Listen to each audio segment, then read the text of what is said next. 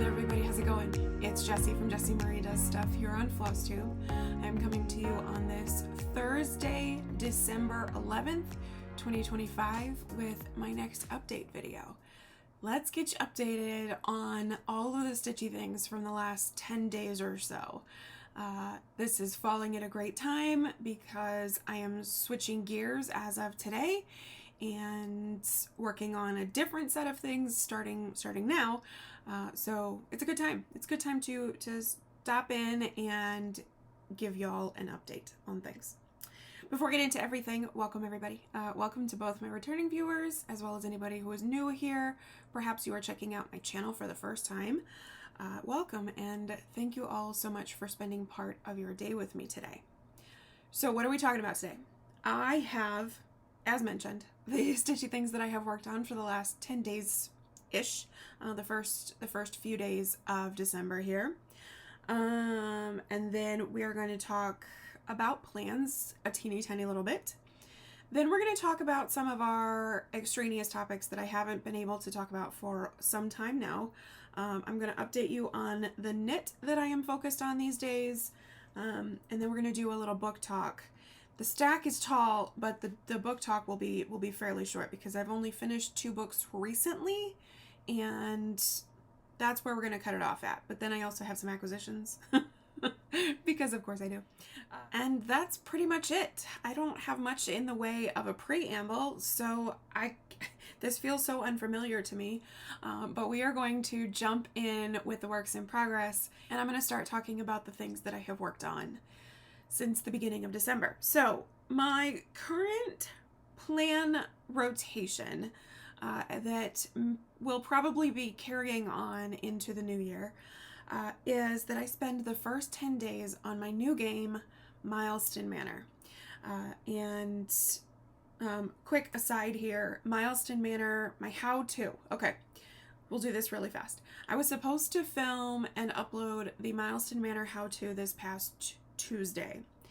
However, I live in Virginia and it snowed on Monday. It was all gone by Monday afternoon, but it was really, really, really cold on Tuesday morning. The long story short is that our local school district was closed for the day on Tuesday. And when the local school district closes, my daughter's preschool, they kind of follow the path of the local school district, and so they were closed. So kiddo was home on Tuesday. Added to that, she was getting over a cold, and so it was snuggles and whatnot all day, which was great, except that I wasn't able to film the how-to video. So I am possibly filming that today. If not today, then tomorrow. Regardless, it won't be posted until tomorrow at the earliest. FlossTube is really, really, really big right now. It's very full. So much Flossmas is happening. Whip parades are starting to trickle in, and they're gonna start. It's gonna start happening. Plans videos are starting to trickle in. So I'm going to try to not upload more than 1 video a day. So that's the plan. I will either film Milestone Manor today, get that uploaded tomorrow, or I will film it tomorrow, get it uploaded tomorrow or Saturday at the very latest. So just a heads up on that. You didn't miss anything. I just wasn't able to film it on Tuesday. So, okay, back to the whips. So I am spending the first 10 days of the month on Milestone Manor. And when last we spoke, I was working on April because that is my entryway piece. I'm going to stick in here the map. This is just the upstairs map because that's where I am right now on my game of Milestone Manor. And you see the little purple guy? That's called a meeple. And so that's where my meeple is. And that is where I run into April. So that hallway there, that is where April is. Okay. Now I've worked on that 4 times since the beginning of December. And so we're going to save that to the end because I just finished working on that late last night. So we're going to save that one to the end. Okay. So then from that hallway, I went into what I call second bedroom. So updated map here. My meeple moves into that room. And I opened the envelope on my last update video and showed y'all what project was in there. And it was very much past tense Snow Castle. Because I had included all of my full coverage and also full coverage no background as options for Milestone Manor, and Snow Castle was supposed to be in that bedroom. But here's the thing. I'm working on Snow Castle for a lot of different things already. Before we even start talking about Milestone Manor stitches, I'm already working on it for full coverage Whipco, trying to get that done before the end of December here. We'll see. More on that later. I'm also working on that for Gridiron Grind, which is sports stitching, football stitching. And Milestone Manor is dependent on, it's dependent on hitting milestones while I'm playing the game. And so I was going to confuse myself with stitches that I had done in Milestone Manor and then making that work for Gridiron Grind and full coverage Whipco outside of that. As mentioned, I wanted to do Milestone Manor for the first 10 days, and then my second rotation was going to be on Snow Castle and try to bust out as many stitches on that as I can here in this rotation that I've just started here this morning. It was just too much to try to decide if things would overlap and you know, if I hit a milestone in this window here when I'm not working on Milestone Manor today. The long story short is that I just decided that Snow Castle needs to stay out of Milestone Manor until Gridiron Grind is finished. Hopefully that's not till February. Just putting it out there. Hopefully that's not till February when I finish out Gridiron Grind on Snow Castle. So we are going to set that aside, and that's in my retired pieces, if you will, for now. So I had my husband pull a different project from my extras envelope, put it in there, and revealed that the next project in second bedroom is Blue Ridge. So preview here of what this will look like finished. Blue Ridge is a design. The chart is by crossstitch.com, and the artist is Derek McCrae, or McCrea. Not entirely sure on pronunciation there, but there you go. And this is a design that I was severely enabled by Susanne over at Criminally Creative. Yeah, she has started this piece. She lives in and around the Blue Ridge Mountains in North Carolina, and I live around the Blue Ridge Mountains here in Virginia. And so yeah, I was enabled, and it's super small and pretty. Just really, really kind of a pretty design. So I rolled my dice, and I needed 1,100 stitches on this piece. For the first time ever, that took me 3 days. This piece, normally speaking, takes a lot less time than that, but it took me a while working on it. So anyway, so let me show you the progress. And fabric here is a 25 count Easy Grid Lugana from Zweigart. I'm stitching this 1/1 full cross with the called for DMC. And here is where I am now. So as mentioned, I needed 1,100 stitches, and I did 1,120. And I am now at 4,224 stitches complete of a total 37,632. Very, very little. It's gonna fit with a lot of top margin there on this very small little piece of fabric. It's wonderful. That brought me to a percentage of 11.22%. 11.22%. And that is significant because I crossed the 10% mark. I just started this piece this year and have already crossed the 10% mark. Not exactly difficult to do since 10% is 3,700 stitches. So yeah, managed 1120 this go round, and so I hit that milestone of 10%. But wait, there's more. I hit another milestone. I hit the bottom of the page. So I am stitching this one all the way across. I'm not sticking to the pages necessarily, but I did hit the bottom of the page, and so I am at shrinking diagonals for page 1 here. I am going to stitch them all concurrently, and so it's going to take me a little bit longer to hit page 1 complete, but nonetheless, I did hit shrinking diagonals at least on page 1. So 2 milestones on Blue Ridge. Now, here's the thing. Each of my projects in Milestone Manor is assigned a hit point value equivalent to the number of years since I started it, assuming that it is 2026 currently. Since I started this project this year, this project had 1 hit point, and I hit 2 milestones. So this one came up for 1,100 stitches, and now it is sort of out of the game because I hit 2 milestones. We'll call that an overkill. And I don't think I'm going to do anything special for an overkill, at least not at this point, other than I took the 2 experience points, but yeah, nothing extra beyond that. So this one is out, which is fun.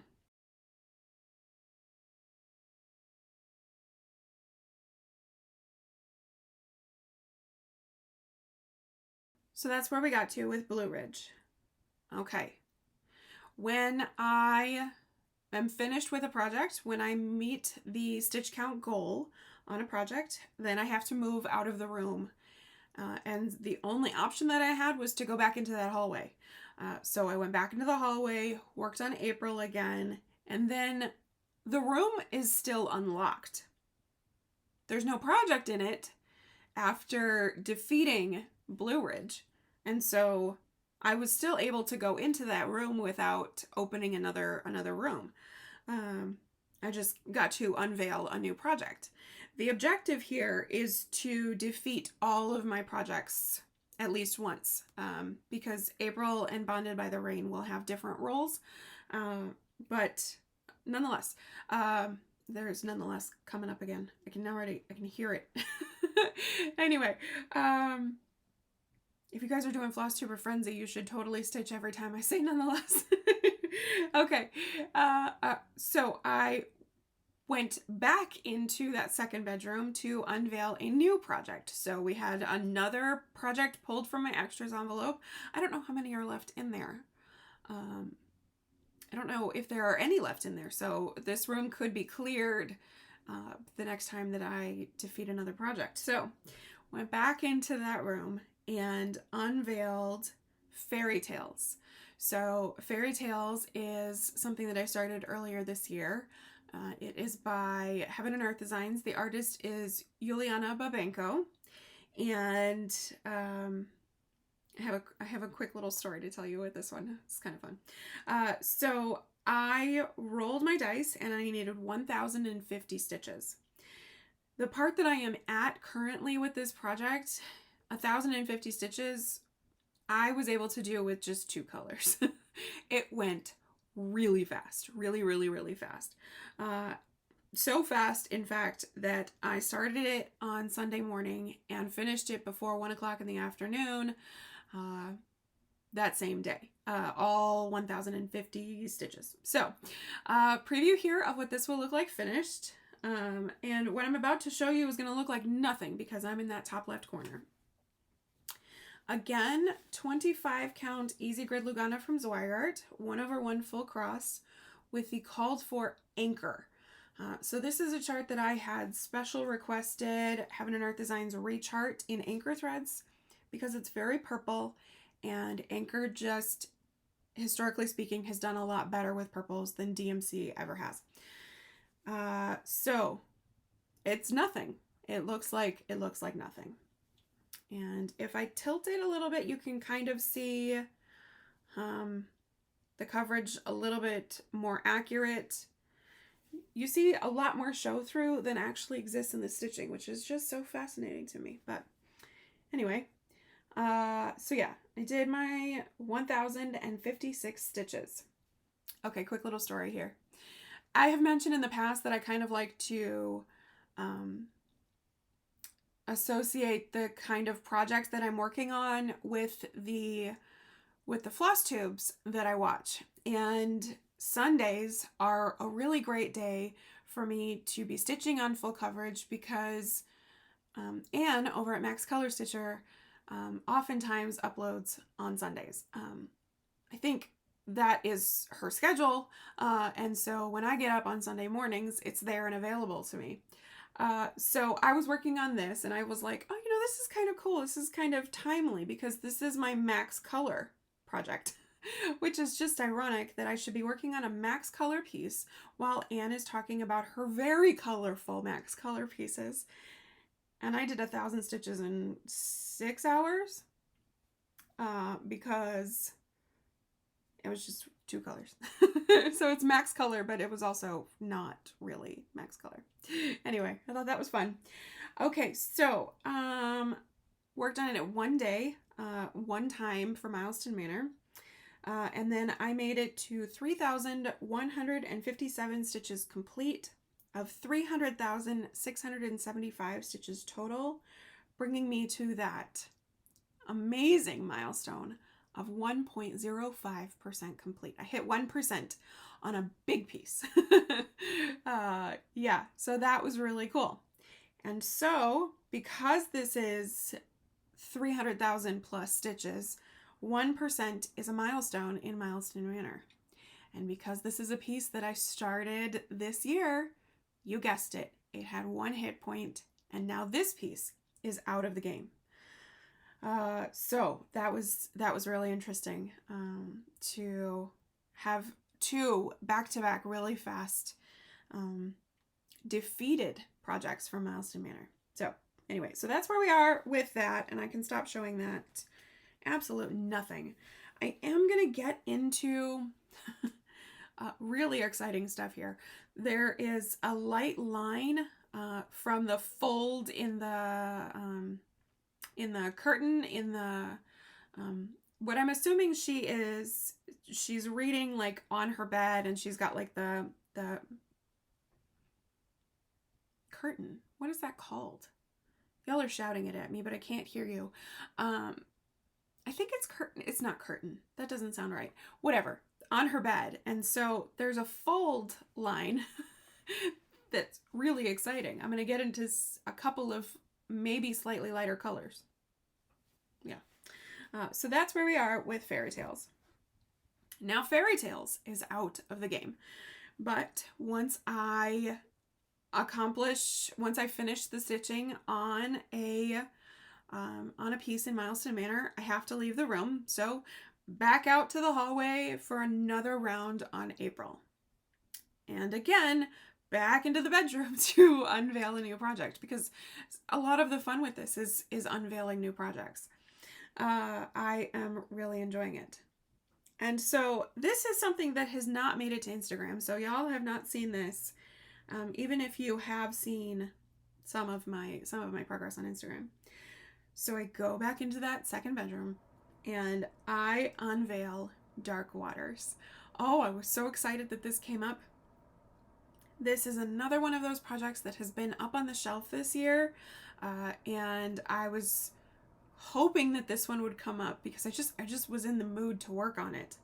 So Dark Waters is by Heaven and Earth Designs. The artist here is Jessica Allain. And I rolled my dice and I needed 480 stitches, which is not a lot for a project that I was really excited to work on, but it is what it is. So I'm going to insert here a preview of the finished piece. Now I did crop this piece. I took off 65 stitches off the width, a little bit on the left side and a little bit on the right side.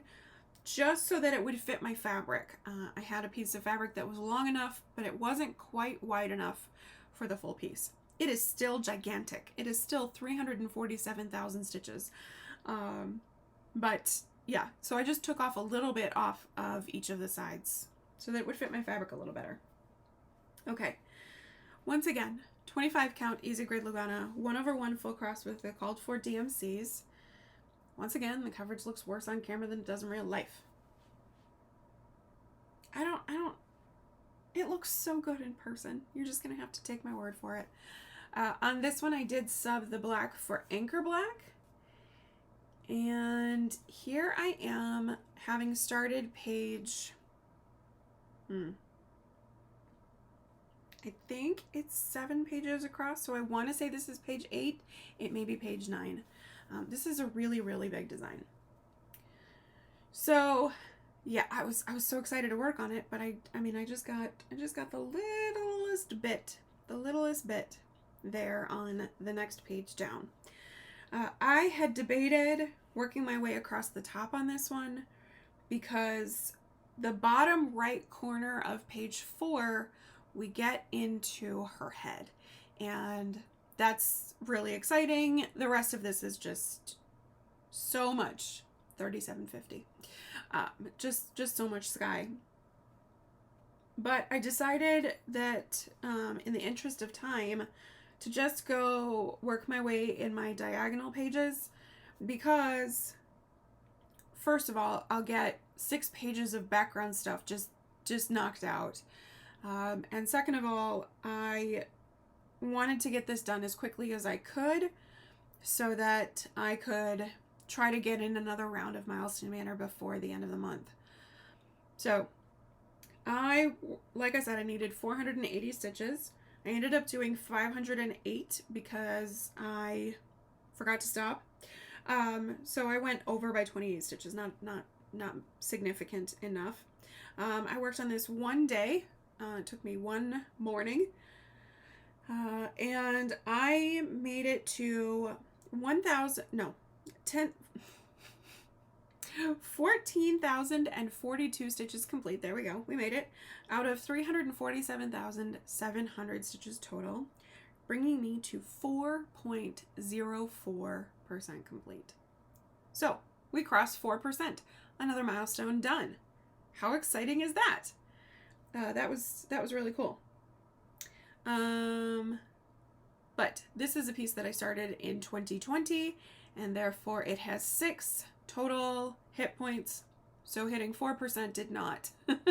That did not cross me over the threshold of defeating the project. So that's where we are with Dark Waters. Oh, I love it so much. I just wish that y'all got to see it the way that I see it. It looks more like that. The coverage looks really good. It really does. So anyway, so that is Dark Waters. Finished up the stitching on Dark Waters. Went back into the hallway because once I finish the stitching, I have to leave the room. And so I went back into the hallway. I rolled my dice, and it called for 2,900 stitches for the last round. And so that was my last project. I knew it was going to be. I started working on that, let me think, Monday afternoon. Started working on that Monday afternoon. And 2,900 stitches on a lot of these projects, I would not be able to get done in 2.5 days. But this project, April, because I am in the section that I am in, and because this project just flows very organically and very naturally and very well overall, but especially in the section that I'm in, 2,900 stitches in 2.5 days was actually achievable. Which, when I say that out loud, it feels crazy. I shouldn't have been able to do that much stitching, but I did. So, okay, so April is my entryway piece. It is also my hallway piece for upstairs here. And so I worked on it a total of 4 times for Milestone Manor. and over the course of 9 days, it took me 9 days to do all of the stitches that I needed to. The first time it was called was 1,520 stitches. The second time was 550 stitches. The third time was a whopping 270 stitches. And then the last time, 2,900 stitches were called for on the dice. So let me show you the progress, and then we'll talk if I hit any milestones or anything like that. So this is a 25 count antique white Lugana from Zweigart, stitching 1/1 full cross with the called for DMCs. This one was never pre-gridded. I started this in April of 2016, and back then I think the Easy Grid was an option. More Magic Guide was available, but those are 20 by 20 blocks. Easy Grid I think was available, but it wasn't a commonplace thing. And so I just went with the plain Lugana. And y'all can see, I have done a lot. I have done 5,018 stitches since we last saw this piece. 5,018 stitches here in December.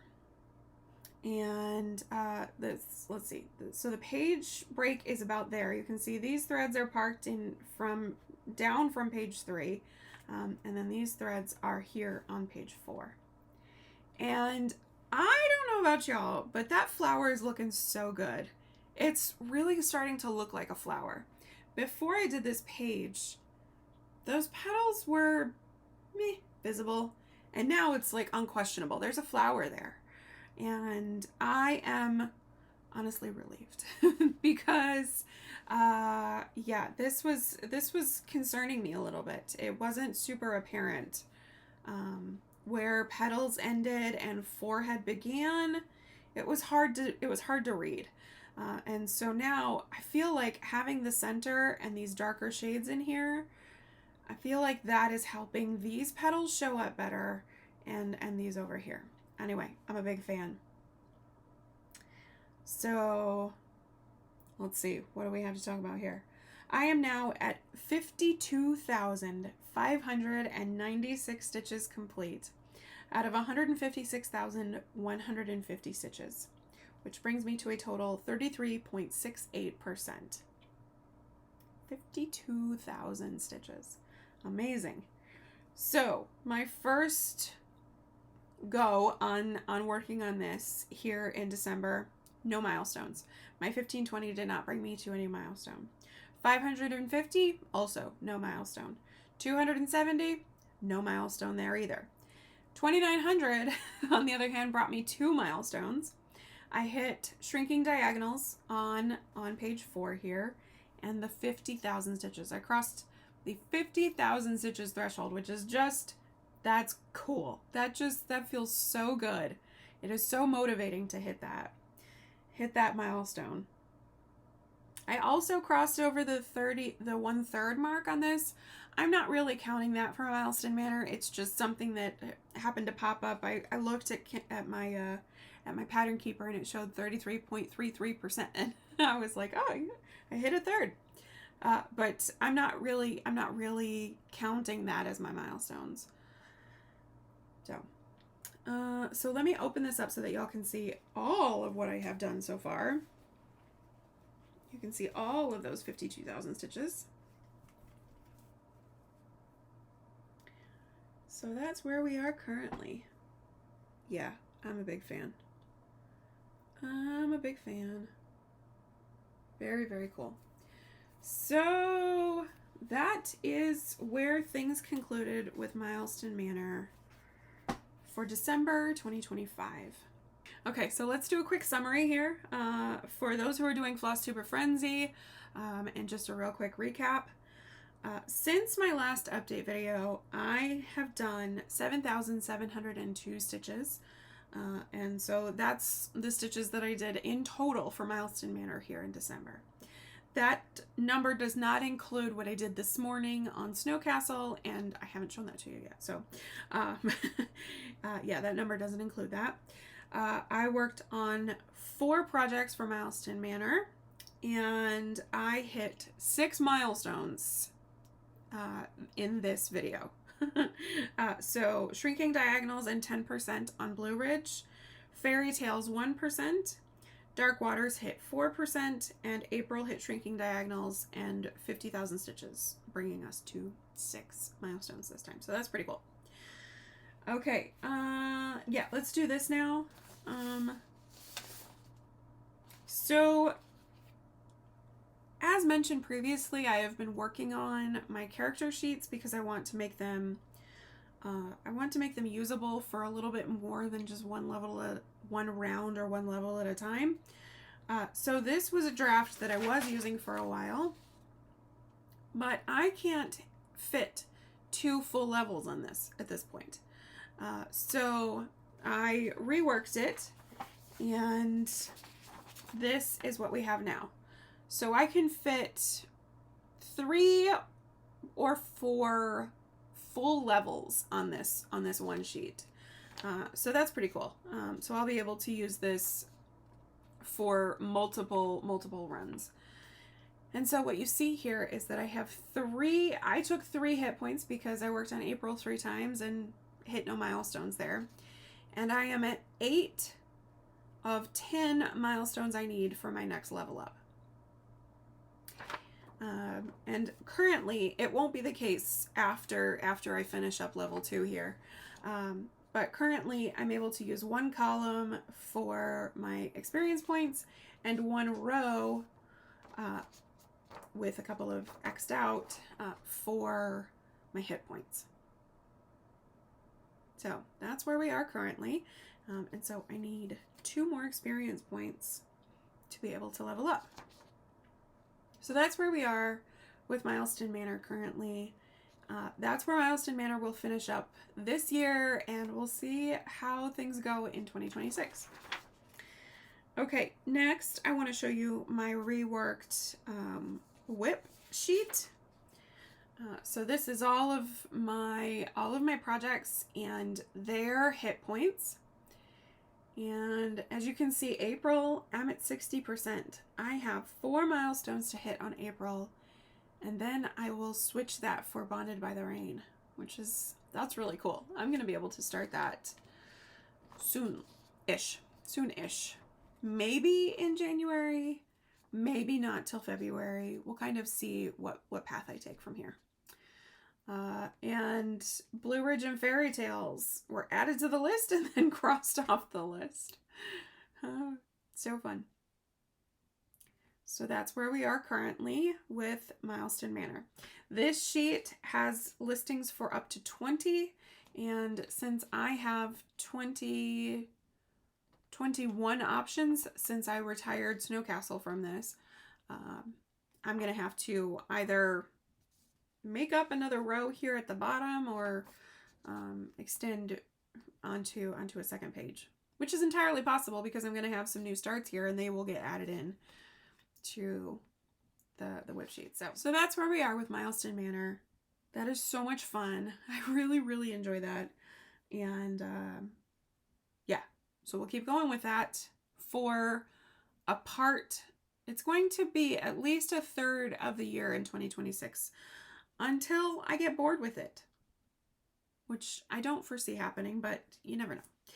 Okay, our last project to talk about, I'm not going to do before and afters. I did not write any numbers because I just started working on it this morning, and that is Snow Castle. So Snow Castle is by Heaven and Earth Designs. The artist here is Randal Spangler, charted, yeah, I said that already. Stitching this 1/1 full cross on 25 count easy grid Lugana, 1/1 full cross, called for DMC. I feel like words are getting more difficult, which is unusual. So I have this out of the Q-snap because I needed to move it to the left a little bit so that I can more easily access the right side. So I took it out of the Q-snap after my stitching this morning. And so we can see the whole thing, which is fun. So I will pull up the top here in just a second as soon as I get done. Just to point it out, I finished this block and then I stitched these 2 blocks this morning. So that's what I have accomplished so far. The dream is to finish page 11 and 12 before the end of the year. And what I mean by before the end of the year, I really mean by this time next week. I don't know if that is a possibility, especially given some other plans. So I'm going to do my best. I'm going to work on this as much as I can. And if I get there, awesome. If I don't get there, that's okay too. This is a piece, as mentioned, I assigned to Full Coverage WebGo. And Full Coverage WebGo, I showed y'all last time, is somewhere, it will finish off somewhere down here on page 12. So at the very least, I need to get there. At the very least, I don't know the numbers, but excuse the wrinkles and excuse the margin fabric that I have not trimmed down. Yeah, this one lives in a Q-snap these days. So, oh, that looks really good. That looks really good. Again, the top looks better in person than it does there on camera, but that's okay. The castle looks really good. Really, really good. I love these little archways, these little sort of like inset windows. How is it that with little squares, I get this super soft rounded look? Amazing. How is it that there's so much dimension there with 4 or 5 shades of gray? How does that happen? How do you see that those archways are clearly forward? Amazing. Really, really cool. And with purples and reds and browns and things in there, I'm consistently fascinated and amazed by what can be achieved. If you just throw a bunch of colors into the mix. So anyway, so that's where we are with Snow Castle. I am behind on Gridiron Grind.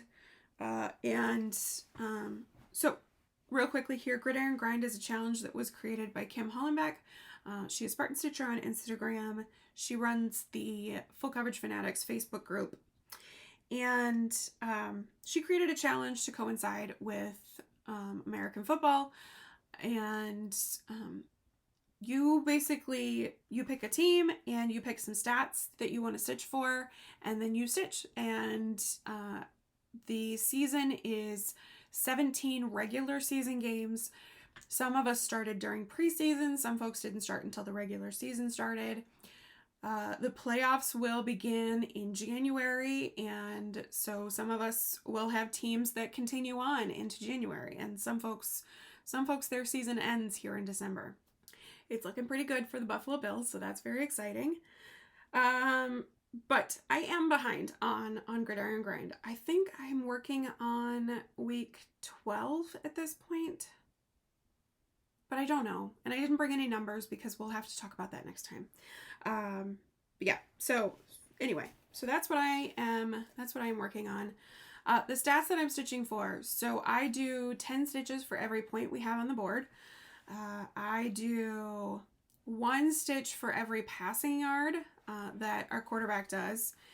Josh Allain is our starting quarterback, but sometimes he will get pulled for one reason or another, and so I am doing 1 stitch per passing yard for the quarterback position, regardless of whether it's Josh Allain or Mitch Trubisky or whoever. And then if we have a Josh Allain rushing touchdown, then I do 170 stitches for that, and it's been a while since we did not have that. He's a beast, and yeah, so that has been happening, and then I have the plan to do 250 stitches for every defensive or special teams touchdown, and the last 2 weeks we have had turning points where that has happened. So I have a lot of stitches to do to catch up on Gridiron Grind, which is great. I am all for it. All of these are good things. I get stitches and my team's doing well. There seems to be a turning point in each of the games as of late. something happens that totally flips the game on its head. And so I am stressed for the first bit and like waiting for the team to show up on the field, and then all of a sudden it gets really fun, and it's really cool. So anyway, so that's where we are with Gridiron Grind and with Snow Castle. So that will take us into plans. And so as mentioned, my current rotation is Snow Castle, just about as much as I can possibly get done on Snow Castle until Thursday next week. So I have until next Wednesday to get these stitches done. Before I get to talking about what starts next Thursday, on this Saturday, I will be starting Winter Cookie Party. That is by Amy Stewart, charted by Heaven and Earth Designs. I am doing the regular size, regular color version. I have yet to decide if I'm going to... I thought about trimming some off the one side. I don't know yet. I have to play with that to determine. But I did see there's so many people starting this now-ish. So In Stitches with... These are the people that I know of for certain. In Stitches with Ebony and Leanne from Small Town Stitches, I believe they have both already started it. Kim Hollenbeck is starting it 15th, 16th, something like that. Sarah Stitch and Mommy has jumped on with us, and she is starting it later this week. Head on over to her channel. She is cropping it significantly. It's still a humongous chart, but she is cropping it significantly. So she's going to get right into some of the fun parts in the middle. And then I saw Erin, who is hiking in stitches. Erin, your channel and your Instagram confound me sometimes. She is hiking in stitches and walking in stitches. One of those is her YouTube channel. One of them is her Instagram handle. I will list both in the description box below. And she was enabled to start it, and so she started it earlier this week. She's off traveling, and so she may not see this for a while. But anyway, yeah. So that are the people that I know of that are/have started it. And then me. I'm starting it on Saturday. Because, as I talked about in my last update video, Cookie Day is, it was kind of a staple for the holiday season in my family. It's something that we did every year when I was a kid. We decorated holiday-shaped cookies with icing and sprinkles and food glitter and food coloring and all of the fun stuff with all of the fancy piping bags and pipe tips and just fancy stuff. Yeah, I'm really excited to get that project started, and I'm probably gonna cry while I am working on it, but that's okay. That's all right. Emotions are okay. Okay, so that is happening Saturday. We had snow in December, and living in Virginia, that is just about unheard of. We have had significant snow in December in the past, but more often than not, if we get snowfall during a winter, it's January, sometimes February, and one year we had a great big snowstorm on the first day of spring in towards the end of March. It's not usually, we don't usually get pre-Christmas snow, and we had a snow day that kept my husband home from work that last Friday. Then it snowed a little bit more on Monday. Looking at the forecast, we may have some sort of wintry mix again this weekend, and then it's too far out and it will probably disappear, but it may snow again next week. It's absolutely unheard of. So when we had the snow on Friday morning, I was thinking, I was like, you know, I should have a snow day start. Like, when was the last time my husband was able to stay home for a snow day? It's been a couple of years. The snow hasn't quite hit at the right time for him to be able to have a snow day these last couple of years. Or we haven't had snow at all. So I was like, I should have a new start. No, I should work on falling snow. No, I've got to keep working on my estimator. I don't know what to do. I don't know what to do. So if we have any more pre-Christmas, pre-New Year snow accumulation, then I have decided I'm going to start Winter Kaleidoscope by Modern Folk Embroidery. Yes, I have falling snow, and that was supposed to be my snow day piece, but I really want to start Winter Kaleidoscope, and so I'm looking for an excuse to do so. So that's what we're going to go with. So preview here of what that is meant to look like finished. I'm going to stitch mine in DMC 820, and I think I may do it tone on tone and see if I can find a blue fabric where the 820 will pop in my stash that's big enough, because that's also a really big piece. I think it's like 300 stitches square or something like that. So I'll have to look through my stash and see what I have to be able to stitch that tone on tone, because I love the snow. I really, really do. So that may be coming down the pike. We'll see what happens with the weather. Cross your fingers and flush some ice cubes and wear your pajamas inside out that I get some snow. As a little bit of an aside for that, all of the asides this episode. So in years past, I have craved snow. I have had this absolute longing for snow.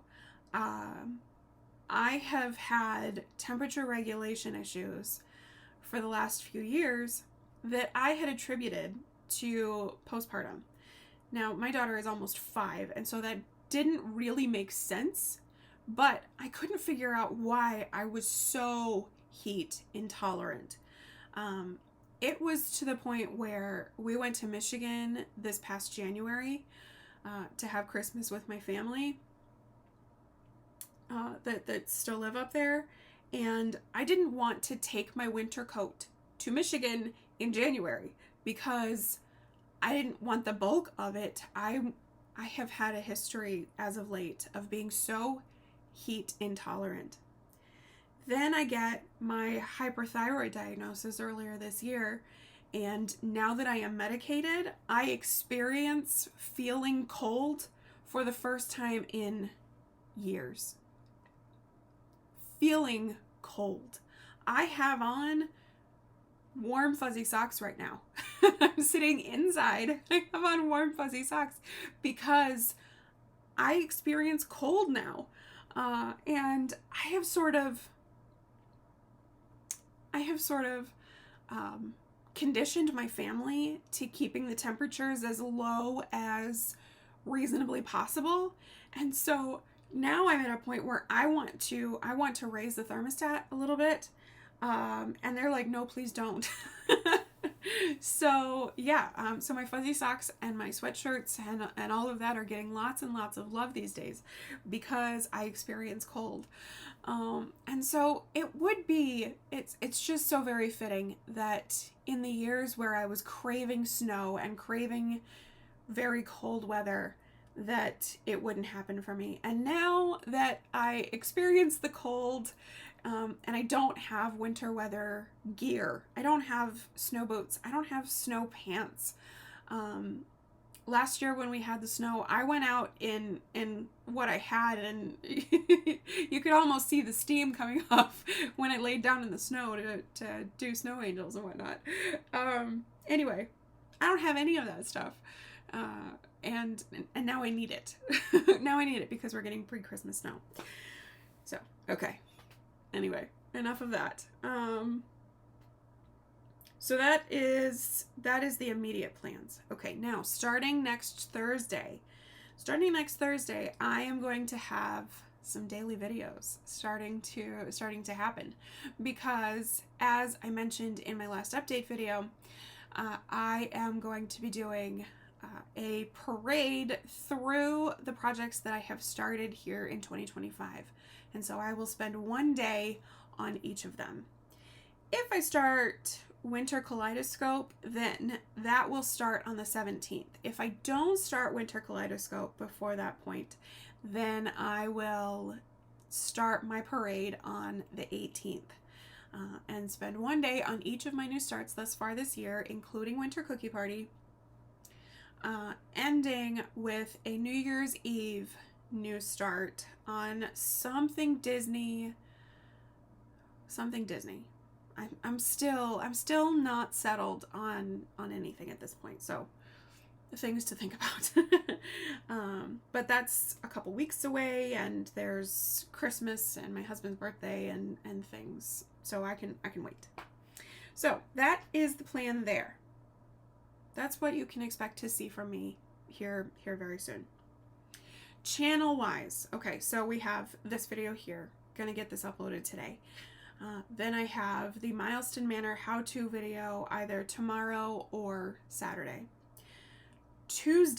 Next Tuesday, I am going to film my 2026 plans video.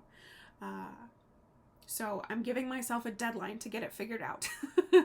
I posted on Instagram that I have all of these ideas about WIPGO 2026. And outside of WIPGO, I have so many ideas that I've got to narrow down and simplify a little bit, and also make something that I can talk about without sounding like a rambling fool. So Tuesday, I will be back to talk about my plans for stitching in the year 2026. Then on Thursday, I will do my next update video. The reason that I am postponing that to Thursday when I had originally planned to do it on Tuesday, the reason that I'm pushing it to Thursday is that A, today is Thursday, and B, that will be the end of my Snow Castle rotation, so I can just show you that. And then we will get started with the parade of 2025 new starts from there. And that will be daily videos, very likely going to be a situation of behind the camera, here's my starting point, and here's where I finished off, maybe some life things thrown in there for fun. So that's what you can expect to see from me in the coming week or so, as far as floss tubes are concerned. If you're doing FlossTube or Frenzy, get your needles ready, because there's lots of fun stuff to talk about at this time of year. So, okay, that takes care of the stitching things, and so we are going to move on and talk about some of our extraneous topics. And we're going to do knitting first because that's the fastest of the two, I think. I have been working on exactly one project for the last couple of months here, very inconsistently. I needed something to work on while my daughter was at dance. She has a ballet class once a week. The class is 45 minutes long, and I needed something to work on. Yes, I know I could bring cross stitch, but this is a way more grab and go. It kind of lives in my purse. It's also been my TV knitting kind of a thing. It's something that I may try to finish before Christmas and give to my daughter for Christmas because she loves it. And it will be something that she'll have to grow into, but that's okay. She won't be bothered. So the thing in question is my RNG 3 color shawl. This is a design by Ann P. Ann's channel is the Emporium of Forgotten Threads. She is formerly Fiber Floss and Fiction here on FlossTube, and she is sort of relaunching her channel. She's in the midst of a relaunch, and I'm so excited. So anyway, so for a long time there, Anne was a knitwear designer and also a yarn dyer, and this is one of her designs. So this is the RNG 3 color shawl, and as mentioned, this is the only thing I have been working on lately. So let me show you, let me get things organized here. Let me get my needles in check so that I can show you where we are. When I last showed this to you, I have no idea when that was or where I was. This is an older whip that I have been working on for years, but it's really, it's great grab and go knitting. So it is a 3-color shawl. The title kind of insinuates that. It's a 3-color shawl, and it has several sections, and what you do is each section has several options. And so the idea is to random number generate which section you're going to do. So theoretically, you could knit this 100 times and get 100 different shawls. Somebody else could be knitting this and it could look very different from mine because they ended up with a different section. So we have section 1 here, which was just a garter stitch with one of the colors. And I'll go through the yarns here in a second. The second section was garter stitch also in 2 row stripes, forwards and backwards, using color A and color B. I believe my orange is color B. Then section 3 was a garter stitch with a little eyelet row with colors B and C, the purple color C. Then I ended up with a stockinette section in color B, and that was really a lot of fun to stitch. It was nice and easy. A lot of purling though. And then recently I finished up this section with sort of different band sizes, but stripes. The stripes are a little bit thicker. And then with colors A and C. And now I am 2/3 of the way done with my penultimate section, which includes an eyelet band here with a little bit of stockinette in between each eyelet band. So let's see. The needles I'm using are not telling me on that one. These are Chiagu red lace needles in US size 4 3.5 millimeter needles on a long cable. These are fixed circulars, so I can't take these needles off on this one. That's okay. And okay, let's talk about the yarns. Project bag. This is a Mrs. Brown's bag. That's right, Mrs. Brown's bag. And okay, so the yarns I'm using are also Anne's yarn. She dyed under the name Woolly Wonka Fibers. And this is her Arian Rod sock base, which is 435 yards of a fingering weight in a 75 superwash merino, 20% silk, 5% glitter. And let's see. Let me pull out my bands. I can't remember what the colorways are called. Okay, so my color A, this one here, cake is getting squishy. This colorway is Asters. Very, very pretty. My colorway B in this gorgeous warm orange color is Copper River. Very pretty, and you can really see the glitter on that one. Very, very pretty. And the purple is Blackberries. Yeah, extra fuzz there. So lots and lots of that left. Hopefully I'll be using that in my last section. So that's where we are with my RNG3 shawl. So like I said, I will keep working on that during dance and TV watching and such. Yeah, so that's the knitting. I have a ton of knitting works in progress waiting in the wings for me to give them attention, but I am not knitting a whole lot these days. So so we're just gonna work on one until it's done and move on from there. Okay, Now we're going to switch to books, and I have 2 books that I have finished recently that I would like to talk to you about, neither of which I'm going to talk too much in detail about. Okay, so we'll start with the one that I finished more days ago. I finished one book yesterday. This one I finished last week or so. Okay, so this is Zodiac Academy, Book 1, The Awakening, by Peckham and Susanne Valenti. And this is a super popular, huge romantasy series. It's like 20 some odd books in the main series. It's a big series, and each book is somewhere around 500 pages. This one comes in just under 500 pages, and it's super popular.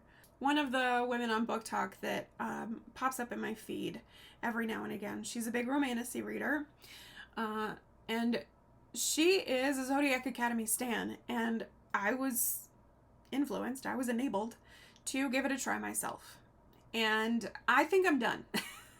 Having read the first one, I think I've read enough. This was not for me.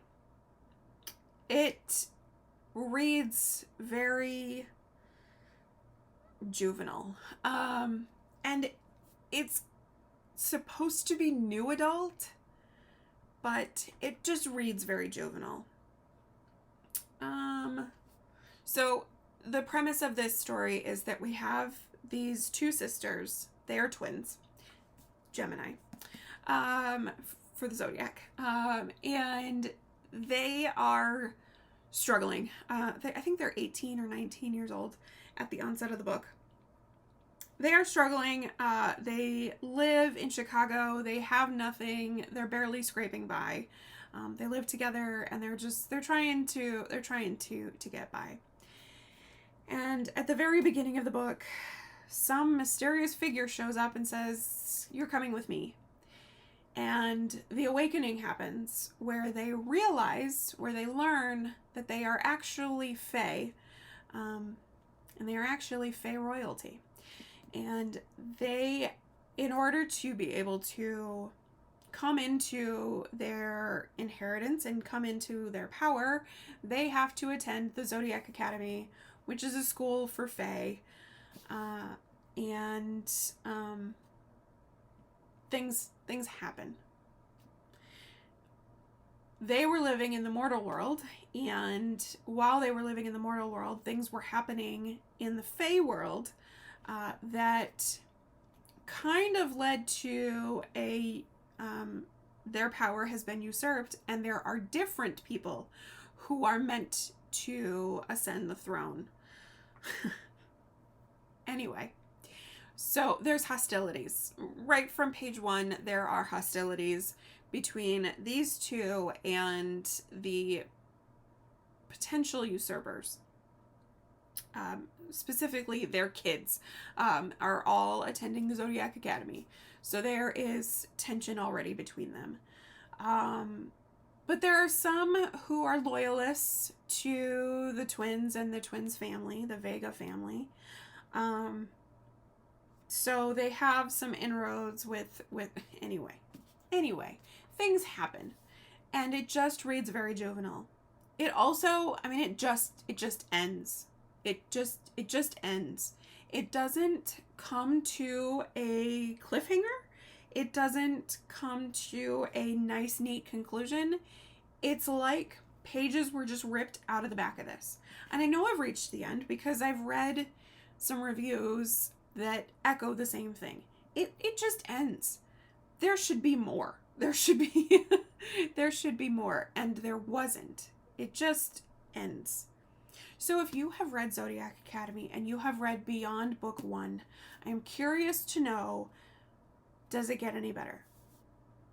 Does it get any better? Does it get any better? Is it worth my time to pick up the next one? I don't have it.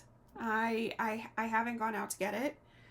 I love the idea of having a huge series on my shelves, or to kind of always have one of these going. I love that as a concept, but I won't if it doesn't get any better. So I do think that there is a place for fluffier romances. I think that there's a place for that, where it doesn't have to be super doom and gloom, but also this could have been better. The other problem that I had is that I found a lot of the characters, I had a very hard time discerning one from the other. The twins, I couldn't tell you who was who. As far as I can tell, they are the same person, just like they weren't written different enough. They didn't read as different enough. And then there are the four, they're called heirs. These guys that their parents are trying to take the throne. And each one of them, it took me forever to be able to tell you the difference between Caleb and Darius. Like, I don't recognize the difference between these people because they were written monotone. Yeah. So anyway, does it get any better? Does it get any better? Or does it stay like this the whole time? Is it worth it for me to get into the next one? I don't know. I don't know. So anyway, so that's Zodiac Academy, The Awakening. I read the first one. I gave it 2 stars. Okay. The thing about books that I don't jive with is that there are so many books that I will never be able to read in this lifetime, and that is a heartbreaker in and of itself. And so do I want to spend time with a book that's not no, I don't. Okay, so the other book that I read, I finished up yesterday. This was my audiobook. And I have been reading it for a really long time. I've kind of put it on hold for a little bit and then came back to it and finished up the last like 8 hours in the last couple of days.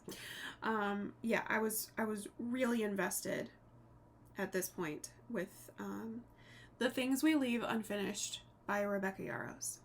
Yes, it is the same Rebecca Yarros as Fourth Wing, but kind of very also different Rebecca Yarros. This is contemporary fiction. This one in particular was a little bit historical fiction, a little bit contemporary fiction. It was kind of the mashup between the two because it follows 2 timelines, a modern timeline and then also early 1940s England in the midst of World War II. Okay.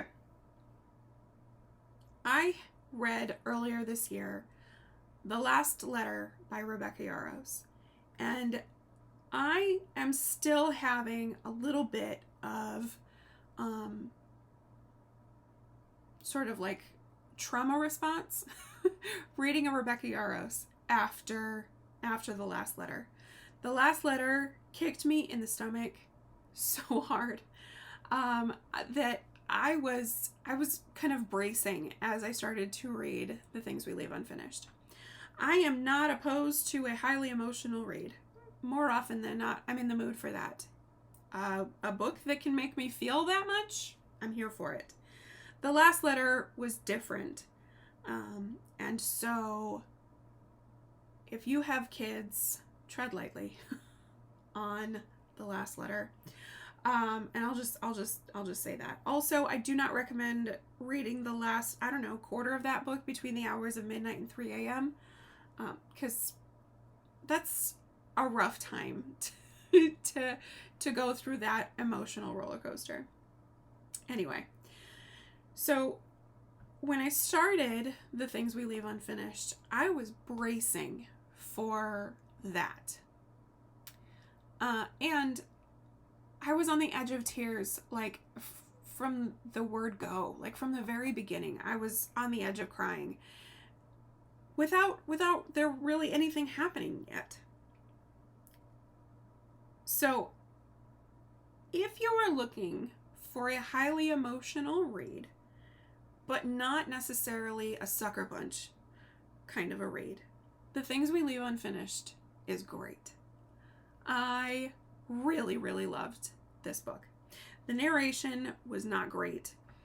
I have become spoiled by narration that is dual performed, where if you're in his POV, but she says something, then the female narrator steps in and says the thing. So it's dual performance as opposed to dual narrated. With The Things We Leave Unfinished, it was dual narrated. And so what that meant is that we got her version of his voice when he was speaking during her POV, and we got his version of her voice during his POV. And I didn't love it. I didn't love it. I didn't love it. It sounded like 4 different people. Yeah, I didn't love it.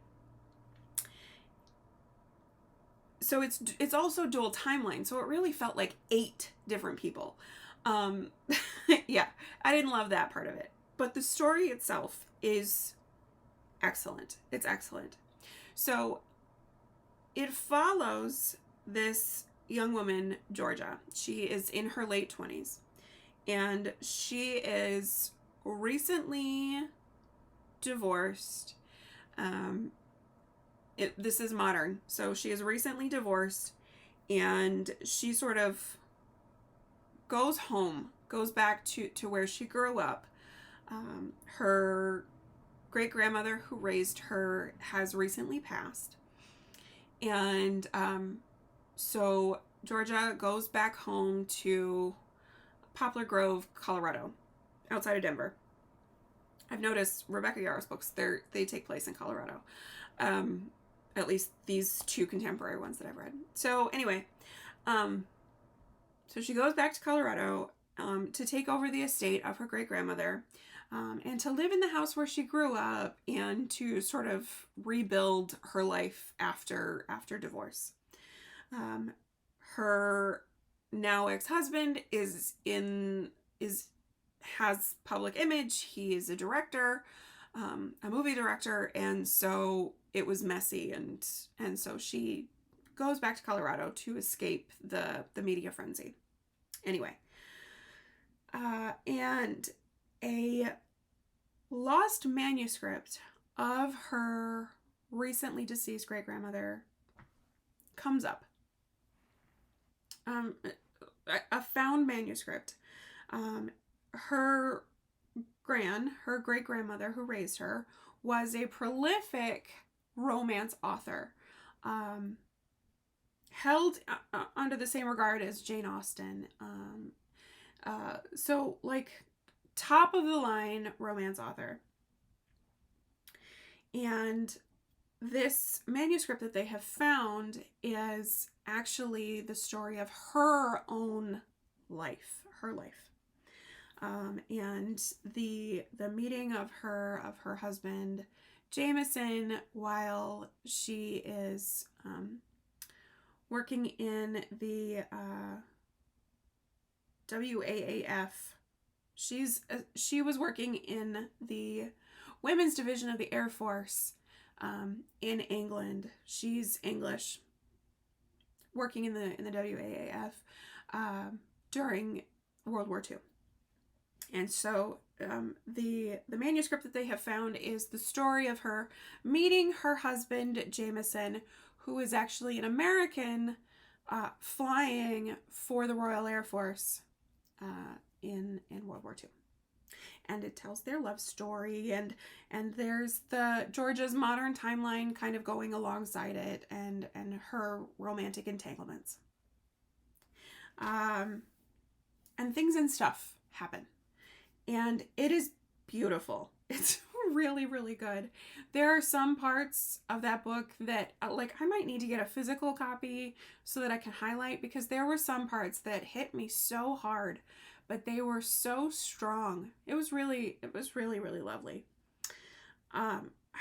Here's how I equated this. The Things We Leave Unfinished felt like a Celine Dion song.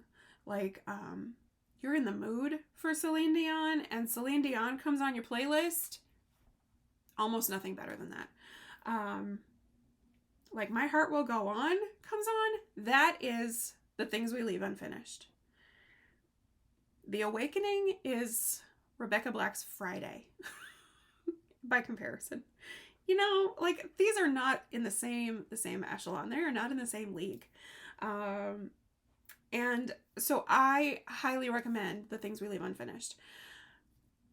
The irony of the title is that I feel like Rebecca Yarros doesn't know how to end her novels.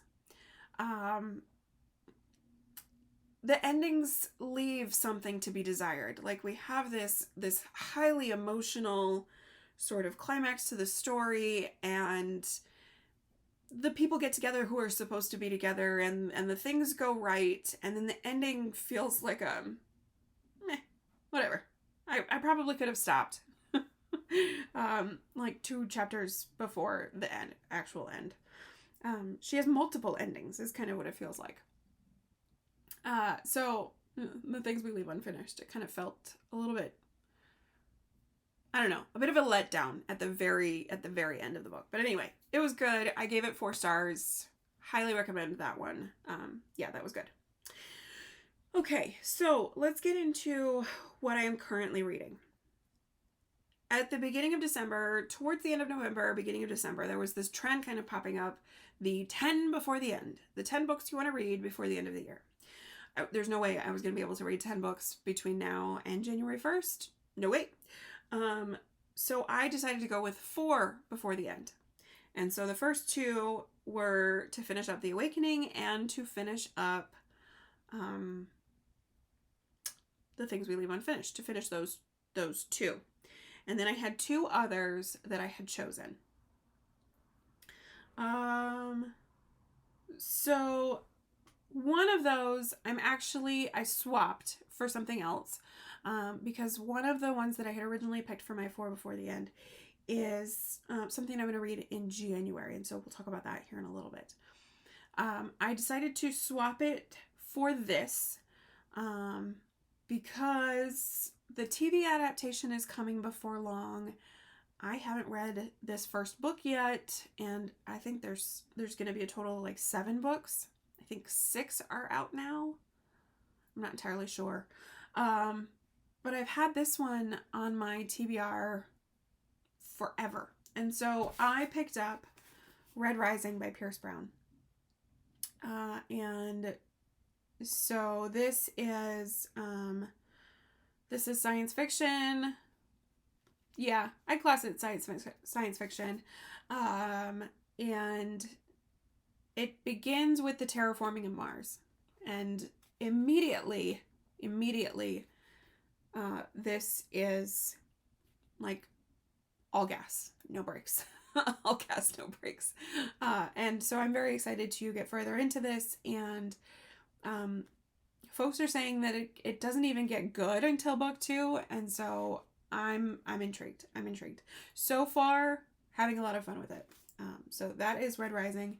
And I hope to be able to finish that before the end of the month. Really, I'd like to finish it before Christmas. Okay. The 4th book on my 4 before the end is the first book in the Witcher series, The Last Wish. So this is actually a collection of short stories, a collection of novellas, but they say if you are getting into the Witcher series, to start here. It's technically a prequel collection, but to start with The Last Wish. I have wanted to read this forever. Since they first announced the Netflix show, I have wanted to get into The Witcher. I'm my apologies, but I'm not even going to try to pronounce his name. But yeah, I have wanted to get into this, and I would not let my husband watch the show until I had introduced myself to the book version of Gerald. So this is going to be my 4th book for before the end. The reason, though, that this is coming up is a recent acquisition. I have a book subscription to a sort of special editions book subscription with The Broken Binding. So they are a UK-based company, and I have wanted to sort of get in on one of their subscriptions for a while. earlier this year, they announced a science fiction fantasy, both of those genres subscription.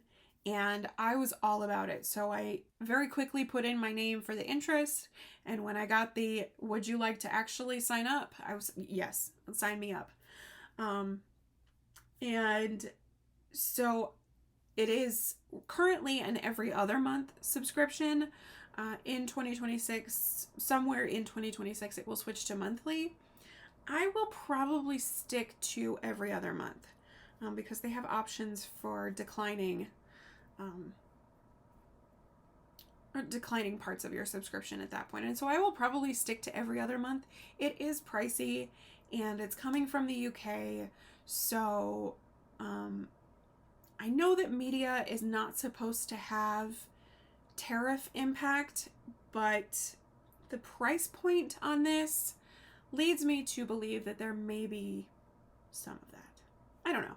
Anyway, they are special editions. You cannot get these anywhere else except through the Broken Binding and through this particular subscription. So there is that level of exclusivity that goes into the pricing, I'm sure.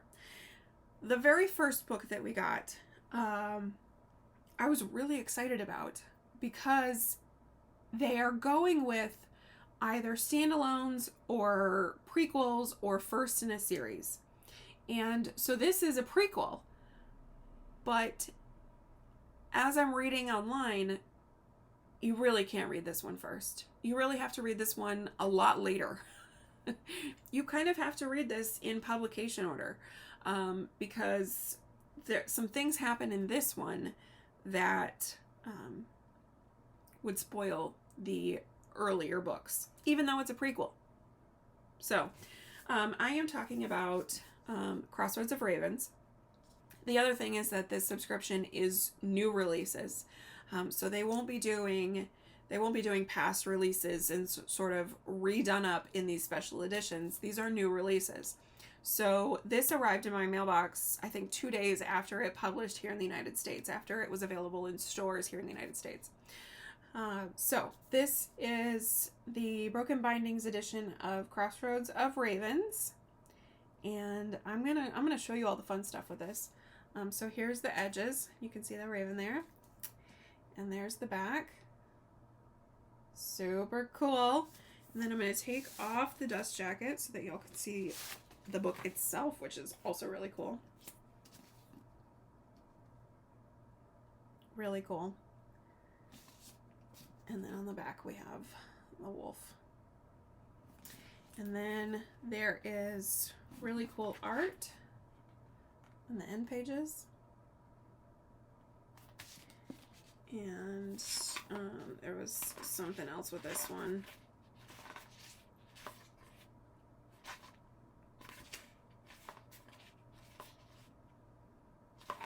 Not this one. Oh, so that's really cool. And then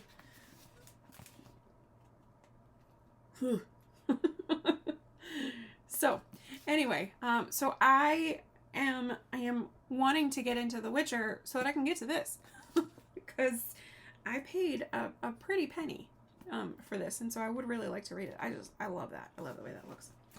Okay, so speaking of the Broken Binding, I'm going to show you the second book that I got because I think I've reached the point where I can show this now. Now that they have released the details of what book 3 is going to be, we'll get it in January. I think I can now talk about book 2. So book 2 is the latest release from Ken Liu, and if you read fantasy, Ken Liu is a name that you should be reading. He did the something dynasty. I have it here, but it's you know, deep in there. Ken Liu is also the one who helped translate The Three-Body Problem by Cixin Liu into English. So Ken Liu helped with the translation there. Anyway, really, really popular author, and his Something Dynasty is a series that I have wanted to get into for a long time, and I haven't yet. But anyway, so this is his latest release, All That We See or Seem. And this, I think, is more sci-fi blended than the Something Dynasty. Oh, I'm sorry, Ken. Yeah. I think that this has more of a sci-fi blend to it. I think that this is truly a mix of sci-fi fantasy. So we have that there. And then there's the back. I think that's a dinosaur. And then here's the sprayed edge. Gorgeous. Oh, that blue is so pretty. And then we'll take off the cover here. Oh, this is cool. I don't know that I've looked at this yet. That's cool looking. And then we have the cover art. Oh, my sticker. And is it this one? Maybe yeah, it's this one. Signed by Ken Liu.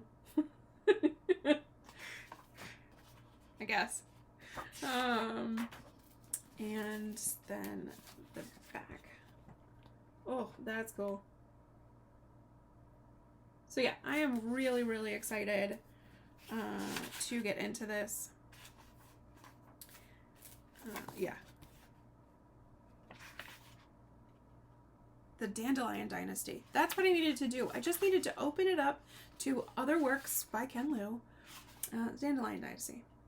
But yeah, he has helped translate Chinese fantasy and science fiction into English for a number of authors, not just Susanne. So anyway, so that's very cool. I love this subscription. I get so excited when the new box is on the way. It is just the book, but they are special editions. They don't release specifically what the next book is. They release sort of teasers. I know what the next book is, and it's another one where I feel like I need to do some pre-reading before I can get to it. So this is, it's either the first book or it's a standalone, this one here. So this one I can get into right now. I want to read the Dandelion Dynasty.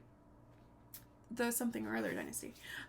But this one I think I can get into now. But Witcher and the next one, I think I need to do some pre-reading first. The next one is the first in a series. But I feel like I need to familiarize myself with the author first. Anyway. So that's where we stand with Broken Biting. I love that so much. This is a book that I thought was going to be my last for Before the End. But I am saving it until January. Because I think that my reading plans for next year are going to include a recent release and 2 books from my shelf. What that is, I don't know yet. How I'm gonna go about choosing those things, I don't know yet. However, this book published last Tuesday. As in, not this past Tuesday, but the Tuesday beforehand, a week and a half ago. And I am so darn excited about it. Okay, so this is Dawn of the Firebird by Sarah Mughal Rana. And if you've been with me for any length of time and you remember, I highly doubt anybody does, but I talked about this author, Sarah Mughal Rana, last year because her debut was one of my favorite books from last year, Hope Ablaze.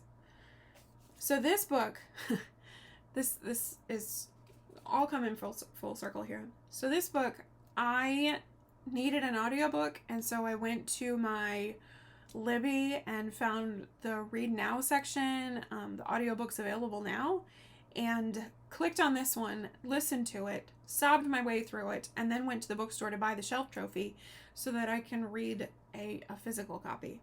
I loved this book. Yeah, this is really, really good. This is contemporary, sort of late young adult, early new adult fiction. It's not a romance or anything like that. The main character, I don't remember her name. As impactful as she was, I don't remember her name. Nita is like late teens. She's 18, 19 years old. Anyway, so this was so strong, very impactful, very, very timely, very relevant. Yeah, very, very good. Highly recommend this one to anybody, everybody. Okay, so when I saw that she had a fantasy book coming out, I thought, well, that's a departure, but I am obviously interested. And that released last week. Now, I thought that this wasn't coming out until sometime next year. So either I misread it, misremembered it, or it got bumped. I don't know. It came out before Christmas. And so I went and got it. Now, this is technically, my family, we have a tradition. We all get new jammies, and then my daughter and I each get a book. My husband gets a small board game on Christmas Eve. We open those things on Christmas Eve. This is technically my Christmas Eve book. But, whatever. So I am very excited about this. I'll be honest, I don't know what this is about other than Dawn of the Firebird, and I know that it's fantasy, and I know that it has gorgeous sprayed edges. Absolutely beautiful. I also know that one of the blurbs came from Justinian Huang, and I read his The Emperor and the Endless Palace earlier this year and ranted and raved about it. So, yeah, he blurbed this, and I already love this author.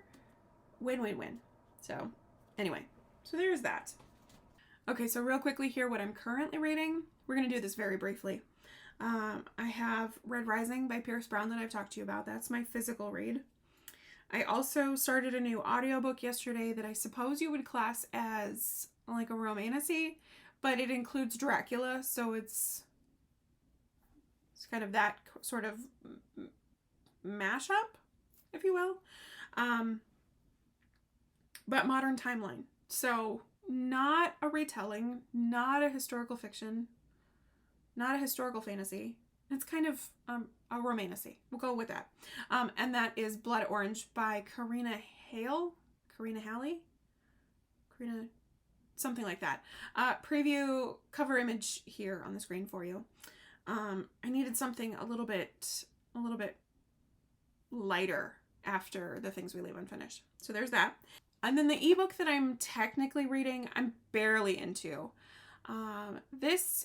So I don't necessarily need an ebook right now because I get up at 5 in the morning just about every day. Then by the time it's 10:30 and I'm finally giving up and going to bed and the bedtime procrastination ends, I'm not having a hard time falling asleep. I am having a hard time staying asleep these days, and that's annoying. So instead of reaching for my phone, which will inevitably wake me up a little bit further, I have been picking up my Kindle for a few pages. So yeah, seven pages, maybe over several days. Just to try to help my brain shut back off so that I can go back to sleep. Yeah, it's really annoying. Sleep interruptions when I get up at 5 in the morning, that's annoying. Anyway, so that's it for what I am currently reading. Still working on what my reading plan might be for next year to try to tackle some of this. So anyway, so that's what I am currently reading and what I have recently finished and what I've recently purchased. That segment went on a lot longer than I thought it was going to, but that's okay. That's how it goes sometimes. It's been a while since I've talked books, so I am going to head off here and get this thing edited and posted for you all. just looking at the clock, it says I'm currently at 1 hour and 46 minutes. There will be lots of cuts happening because that's what I do. But yeah, I am going to film the Milestone Manor how-to tomorrow. Get that posted tomorrow, or Saturday at the latest. I think that that's going to be the decision for today. And then I will do, I suppose, a little life update in my next update video. As mentioned, that will be next Thursday. And we are, as of now, 2 weeks to Christmas. Y'all, tomorrow is 1 month until my daughter is 5. Like a whole handful of years. 5. Unbelievable. Time is a thief, and that is just absolutely astounding. So, okay, before I wax poetic and make this video even longer, I'm going to head off. Everybody, happy stitching. Thank you so much for your continued support of me and my channel. I so very much appreciate you. And I appreciate you being here, and I hope that you got some good stitching time in, or I hope you got that pile of laundry folded, or whatever you did over the last amount of time. Okay, I'm gonna head off. Happy stitching. Catch y'all in the next one. As always, be kind and take care.